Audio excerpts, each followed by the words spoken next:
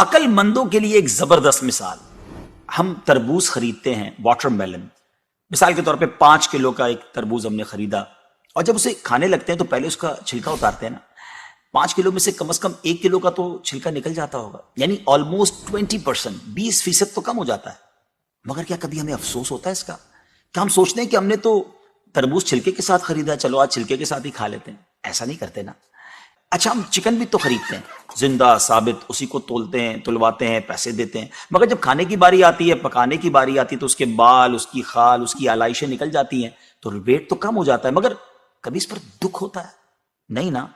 تو پھر 40,000 میں سے 1,000 دینے پر، 1,00,000 میں سے صرف 2,500 دینے پر ہمیں کیوں بہت تکلیف ہوتی ہے؟ حالانکہ یہ صرف 2.5% تو بنتا ہے، یعنی 100 روپے میں سے صرف 2.5 روپے.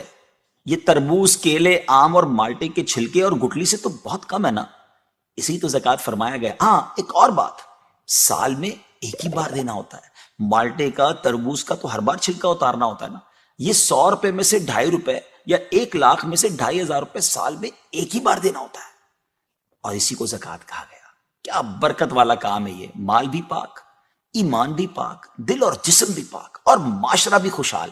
اتنی معمولی رقم، یعنی 40 روپے میں سے صرف 1 روپے، اور فائدے کتنے زیادہ، اجر کتنا زیادہ، برکت کتنی زیادہ. تو اب اپنی زکوٰۃ ہم نے پوری دینی.